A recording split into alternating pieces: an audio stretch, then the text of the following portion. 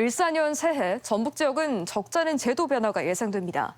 하지만 달력이 바뀌어도 저출생과 지방 소멸이 화두일 수밖에 없다 보니 올해 새롭게 도입되는 대부분의 시책들은 지역이 마주한 현실과 때려야 뗄 수 없습니다.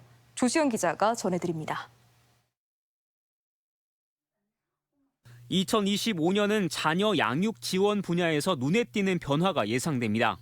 먼저 올 하반기 남원시에 문을 열 예정인 공공산후조리원이 기대를 한몸에 받고 있습니다.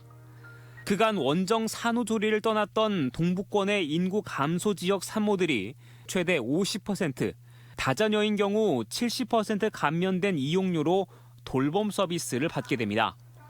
중소기업 육아휴직을 활성화하기 위해 대체 인력으로 채용되는 노동자에게 최대 200만 원의 인센티브를 지급하기로 했고, 초등생 자녀를 돌봐야 하는 중소기업 노동자를 위한 파격적인 시책도 준비되어 있습니다.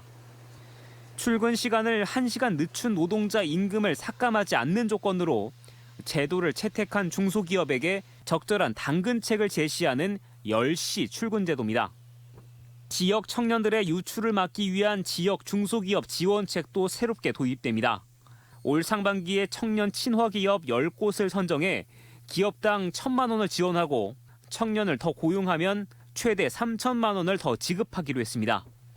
지방 소멸을 늦추기 위한 정착 지원도 확대돼 인구 감소 지역에서 3억 원 이하 주택을 매입한 경우 납부해야 하는 취득세 50% 감면이 추진되고, 오는 3월부턴 무주택 신혼부부와 39세 이하 미혼 청년들에게 공공임대주택 보증금을 최대 5천만 원까지 무이자로 빌려주기로 했습니다.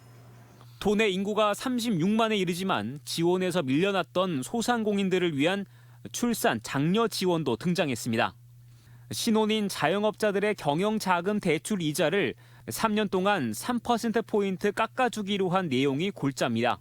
지금 저출생이 사회적인 큰 문제로 되고 있고 전북 지역에서도 큰 문제이기 때문에 거기에 좀 주안점을 둔 달라지는 제도들이 많이 생겨났습니다.